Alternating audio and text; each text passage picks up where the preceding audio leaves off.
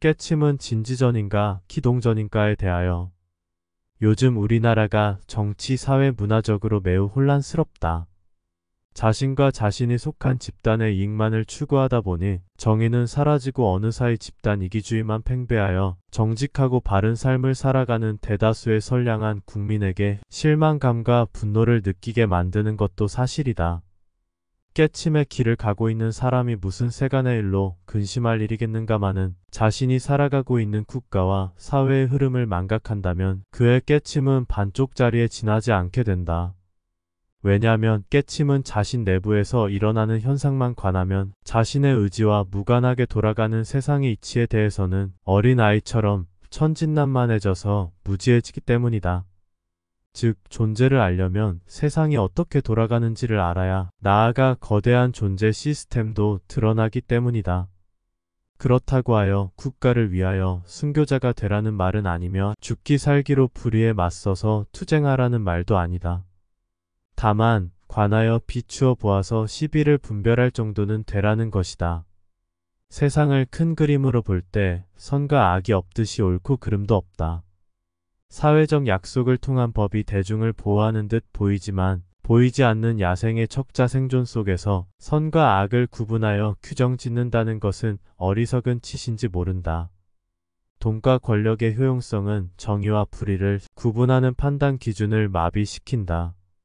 진지전과 기동전은 이탈리아 공산주의자 안토니오 그람시가 헤게모니를 어떤 방법으로 장악할 것인가에 대한 권력투쟁의 한 방법으로 볼 수 있다. 그의 사상을 보면 국가란 국민에 대하여 강제성만 있는 것이 아니고 강제와 동의라는 두 가지 측면 모두를 고려하여야 한다고 보았다. 100년 전 사상가 치고는 돋보이는 이론이다.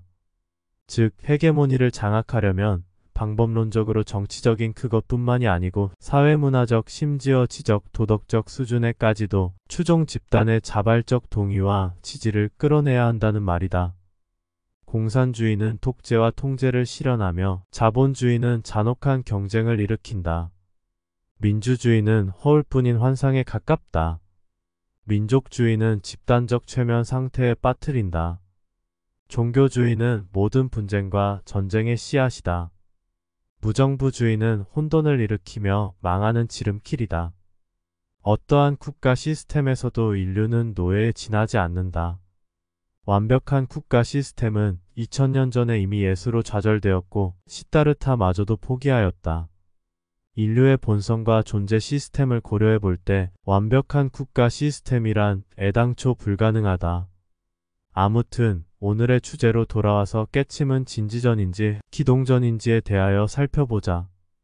철옹성은 무쇠로 만든 튼튼한 성을 의미하는데 이 길을 가고 있는 대부분 선사나 수행자는 진지전만큼은 기가 막힐 정도로 잘하고 있다. 반면 기동전에 있어서는 완전히 꽝 그 자체이다. 기동전이란 상대방과 법거량을 하라는 말이 아니며 깨친 발을 상대방과 선문답이나 논쟁하라는 말이 아니다. 자신의 내부를 들여다보고 무아에 이르러 세상을 텅 빈 공성으로 볼 수 있다면 어떠한 외부의 적이 유혹과 회유를 하여도 자신의 마음은 변함이 없으며 흔들리지 않게 된다면 깨침의 길에서 진지전은 성공적이라고 볼 수 있다. 또한 진지전은 아무리 자신이 성을 굳건히 쌓아도 적의 침입을 무력하게 만들어 성을 지킬 수는 있지만 전쟁에서 자신의 영토만 지킨 것이지 변한 것은 아무것도 없게 된다. 즉, 아무리 훌륭한 깨침이 와도 방어만 하며 공성의 상태에 머물면 속임수로 가득 찬 거대한 존재 시스템을 볼 수 없고 싸워 이길 수도 없다. 존재라고 하는 마법을 인지 못하는데 어찌 극복의 대상이 되겠는가? 이제는 깨침의 길에서도 기동전을 펴야 한다. 그러면 기동전이란 무엇인가?